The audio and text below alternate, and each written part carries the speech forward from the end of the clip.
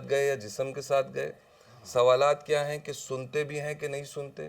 سوالات یہ ہیں کہ وہ جب انسان دنیا سے چلا گیا ہمارے جیسے ہیں یا نہیں ہے؟ سوال یہ ہے کہ جب انسان دنیا سے چلا گیا تو پھر واپسی تو اس کی ہوتی نہیں ہے. جو ایک دفعہ چلا گیا اِنَّ لِلَّهِ وَإِنَّا إِلَيْهِ رَاجِعُونَ قبر میں ہے تو اس کے بعد انسان واپس نہیں آتا. یہ جتنے سوالات ہیں آپ یقین کیجئے.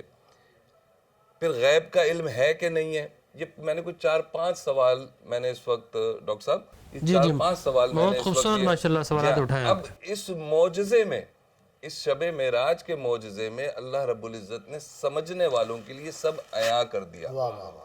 اور یہ عیاں کیسے کیا کہ معراج کا واقعہ ہوتا ہے.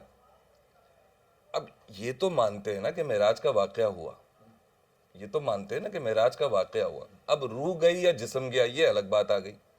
یہ تو مان لیا کہ بھئی معراج کا واقعہ ہوا. اور معراج پہ اللہ رب العزت نے اپنے محبوب کو تحفہ دیا, کئی تحائف دیے, جس میں ایک نماز کا تحفہ بھی دیا, نماز کا تحفہ دیا. لیکن تحفہ اللہ رب العزت نے جو نماز کا دیا, اور جب آپ صلی اللہ علیہ وسلم مسجد اقصیٰ پہنچے تو جب مسجد اقصیٰ پہنچے تو وہاں پہ کم و بیش حضرت آدم علیہ السلام سے لے کے حضرت عیسیٰ موسیٰ تک کم و بیش 1,24,000 پیغمبر پہلے سے موجود تھے. امامت فرمائی آپ نے. تو وہ تو جو دنیا سے چلا گیا تو وہ نماز پہ کیسے کھڑا ہوا آگے؟ پہلی بات تو یہ سمجھنے کی بات ہے کہ نماز مردوں پہ فرض نہیں ہے, نماز تو زندوں پہ فرض ہے. تو پھر جب سارے نبی وہاں موجود ہیں اور جو ان کی امامت کرا رہے ہیں تو پھر ان کا عالم کیا ہوگا؟ کیا بات ہے.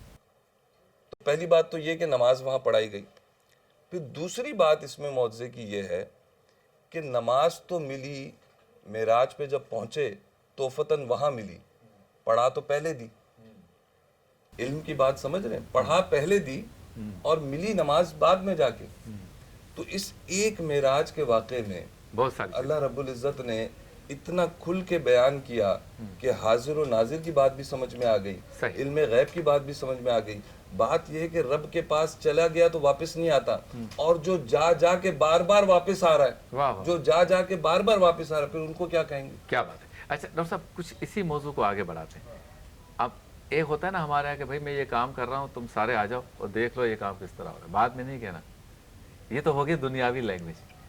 واقعہ معراج میں ایک تو مختلف آسمانوں پہ مختلف انبیاء کرام کا آنا, پھر ایک ساتھ بھی جمع ہونا, پھر سرکار کسی کو دیکھ رہے ہیں کہ وہ قبر میں کیا کرے گا. انبیاء کرام کے انوالومنٹ کو آپ کیسے دیکھتے ہیں؟ کچھ پہلو سادہ صاحب نے بیان کی.